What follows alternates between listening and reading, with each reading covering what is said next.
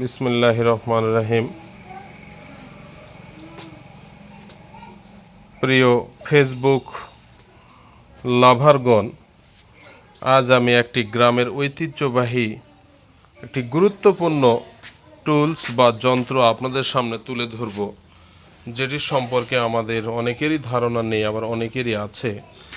আজ থেকে 20 বছর আগে গ্রাম বাংলার একটি অতীব প্রয়োজনীয় গুরুত্বপূর্ণ যন্ত্র ছিল, তা হচ্ছে ঢেঁকি।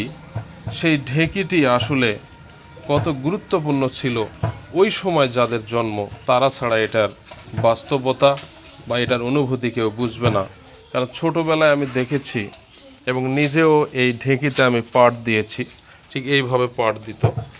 এই ঢেঁকির ব্যবহার ছিল গ্রাম বাংলায় ধান কোটা থেকে শুরু করে আটা কোটা এবং ছাতু কোটা, বিভিন্ন ধরনের খাদ্য সামগ্রী এখানে মূলত তৈরি করা হতো।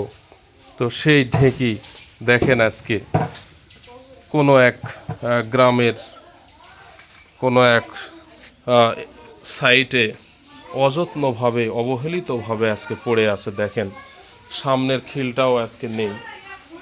তো সত্যিই প্রয়োজন যখন ফুরিয়ে যায়, তখন ঠিক এরকমই আমরা সব কিছুই অযত্নে অবহেলায় ফেলে রাখি, যা বাস্তবে কোনো কাজে আসে না।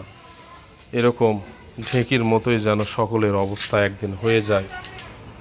তো সম্মানিত সুধী, এটি শুধু ঐতিহ্য হয়ে পড়ে থাকে নীরব অবহেলায়। তো ধন্যবাদ সবাইকে।